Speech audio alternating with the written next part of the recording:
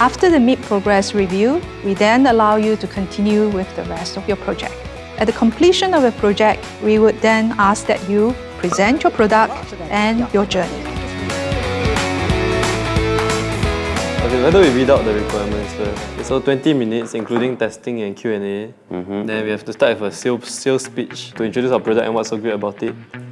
Yeah, then after that, present the journey of our whole plan. So the problem is that we have 6 different dishes. Actually, I think the biggest difficulty for this, right, is actually making all dishes combined. No, I was thinking we could present it like a high tea. Oh, I get the tier thingy, right? But we need to put So introduction, who will do the introduction? Who is confident of doing the introduction actually? And anyone that's not good with talking. I know Bjorn is not very keen on presentations. So, But he's good at it. he's good at He don't want to do presentations. it, but he's good at it. Actual presentation with the plot presentation. I thought No, there's only there's two. For us, we have 2. two meh? Yeah, plot is in the morning. So it's like we have one is the morning presentation, one is the evening presentation. The morning one, should we taste it from there or should we No, the tasting should be during the actual presentation? I'm just trying to picture it in my mind how it's going to go. I think it's essentially just telling them the process of what we do. I know, I think for the guided plot though, it's just again naturally. You don't need to follow by the script. Yeah, but Yeah, we but still you need to know what you how want to say. talk. Just stop. Starts with the sales speech of our harvest, if we have any harvest. You still can have a sales pitch, it's just Yeah, okay, our whether sales you got pitch, the product. I think our main selling point is that it's organic. How exactly do we want to begin? We are selling, which is candy, like reinvented. Reinvented candy. Okay, we need a title for this, right? I prefer they eat first. So like when they taste, we can take our time to present. Yeah, I'd rather them focus on The dish itself. the dish itself and us. I think we use Use hand and it. So you ask the judges to use hand to eat lah. They're more authentic. Okay, Mascot like that. Yeah, let's try this, man. no. Teaching them the proper eating way. Yeah, exactly. Like this, I'm serious. So you're gonna show them a video. Please eat like that to gain a full Japanese experience. Okay, demo us, give a demo. You must help put the background of the Japanese restaurant. Can also what? Presentation. Oh my god. Okay, this must be the place. Good morning, Hi, folks. good morning. My name is Se Chang. He's Hamming and he's Benjamin. A group project is to actually grow garnish-based plants as well as try to improve the gourds on the same site. However, in our case, we decided to try and plant new gourds instead. The gourds are one of the more successful plants for us in this plot. They actually flower during mid-April. How do you tell what is male, female? For male, it looks like this. For female, there it is. There. Yeah, it will have like a bludging. That is the ovaries of the plant. How long did it take to actually develop to this size? So it's like 2 weeks. So this weeks, is a late April. So this is like 2 weeks already.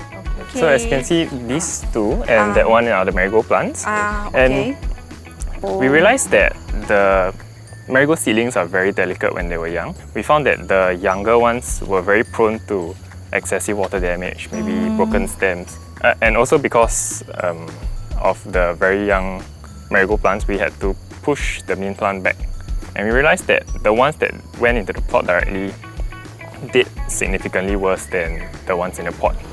Looks very yummy. Yes, it does. We are planning to harvest it so we can let you guys taste it. Yes, looking forward to that. Very fresh.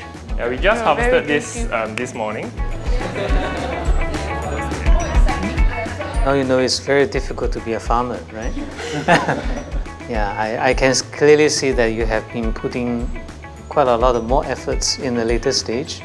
Well, that's good. Yeah, that's good. Yes. Hi everyone, we are the Instant Noodle Group and I'm Joey. I have with me Ronald, Natasha, Yijie, Gilbert and Min Xuan. We have 2 components. One is the appetizer and the second one is our instant noodle sushi, which we call Nushi. Yeah. Today I'll be introducing the appetizer to you. Okay, we call it the mini noodle nest. So this is actually a crunchy handmade noodles that is accompanied with a sweet chili sauce, and it's like an adult mummy monster noodle snack with a hint of spiciness. The sauce is a balance of sweet, salty and spicy flavors, and it has fragrance of fried onions.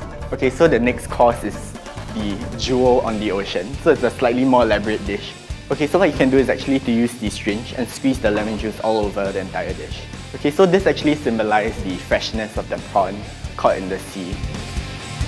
So the liquid is actually butterfly pea flour, and the color change is due to the change in pH from the lemon juice. Oh, it's good. I can tell. The boba duck confit. How we prepared this is actually to confit the duck. Yeah, then we actually shred the duck meat and place it on top of the gunkan sushi. And then we also serve it with soy sauce boba. So the next dish that we'll be presenting to you would be called the salted egg delicious. Within the nushi itself, we have also incorporated chicken that has been tossed with salted egg sauce. Again, what we have added into the salted egg sauce as well is a little bit of sugar so as to blend, neutralize the saltiness as well. Yo ma yo la. So as you can tell from the name, it's mala, yes, mala, nushi. So instead of putting the whole peanut inside your mala, we actually crush the peanut, make it into a powder form, and then we powder it around the nushi. All the other ingredients inside would consist of lotus root, your lapchong, as well as the Taiwanese sausage. Yeah, I see the prototype of a funky business.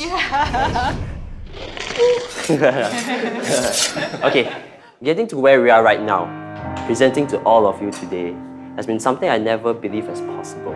What my team wants to present to all of you today is a life's journey through a food experience, an omakase experience. The kimchi nohyang represents the youthful stage of life, where one is young and feisty, and the unique and sour kick of the nohyang is symbolic of a youth who experiences teenage angst. Yes. And so there's this twist over here that we tried to create, the kimchi within nohyang. This dish embodies a kind of identity crisis that we face. Asian on the outside, but Western on the inside. Beneath our similar outer layers, we all actually have very unique and different personalities. And this dish is packed with various cheeses such as mozzarella, cheddar, and parmesan, and also a hint of garlic and herbs. Something a little bit more hearty with a thicker bite to satisfy your meat cravings. Our dark chocolate cutlet cupcakes. So this dish actually represents a midlife crisis. When one actually goes through like this phase, they tend to try to spice up their life and try something new. So over here, the cutlet and the chocolate cupcakes actually symbolizes one's strive to perfection, turning the unconventional to become conventional. Interesting. Cauliflower goji berry mash on portobello mushroom. Whew. Okay, a mouthful. This dish, portobello mushroom, looks very Western on the outside, and it is a Western style of cooking. But at the heart of it are very traditional Chinese ingredients like cauliflower goji berries. The cauliflower was herb roasted, and due to roasting of the dish and baking in the oven, it has a stronger flavor. Tangyuans are a symbol of family togetherness, and that's what makes it perfect for this phase. The normal tangyuan will be too sweet for someone that's more cautious with their diet, so the filling has been changed to cauliflower. A splash of soya milk is added to the dish to create a contrast in color from the platter, and also because it's less in saturated fat. Yes, welcome to the final stage of your life. Yes, incredibly ominous. We serve you ice cream. So this is meant to be spinach ice cream. So you get the ice cream part, this walking the very tight and narrow pathway of making sure it's enjoyable but still healthy. I think that was a very interesting concept, and I think that you might have just spun off for a new dish, right? That I think could have mainstream adaptability. Today we are presenting the commercial food track, and we decided to theme our presentation according to Candyland. So Candyland is a series of 4 bite-sized pieces of candy inspired by our favourite commercially available foods out there, and we invite you to try them as alternatives to possibly your favourite foods and drink as well. So our products will serve to change your perspective of what you know of these products, and also to show you that the sky is the limit when it comes to reimagining our favourites. So the first one is basically Asian Ferrero Rocher. We named it Asian Ferrero Rocher because it is a combination of the shape of the Ferrero Rocher and the mango sticky rice ingredient. Yeah, so mango sticky rice is actually a traditional Thai dessert. When available as a candy, you don't need to queue for a Thai restaurant for the mango sticky rice, and you don't need to make yourself at home. Okay, now it's the time for our good morning candy. So our good morning actually is a transformation of the dynamite candy, which you might have tasted before. It's a chocolate candy with a mint sphere outside.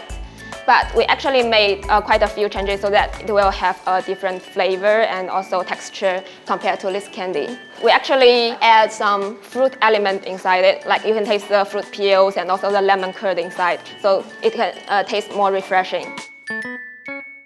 The third product is as sweet as a kiss, and that is why we call it the bubble tea kisses. It is basically a milk tea flavoured meringue with like golden pearls on the inside. You know, like Koi, they serve only golden pearl, not the black one, right? Yeah, it's the one inside. So our last dish is called Refreshing Crunch. You know, it's a different take on the normal Rice Krispie bar. Because it's Rice Krispies, it's crunchy. And then inside we put fruits inside. What I find particularly interesting and refreshing is that you have created one variant of a commercial food into another variant of a commercial food.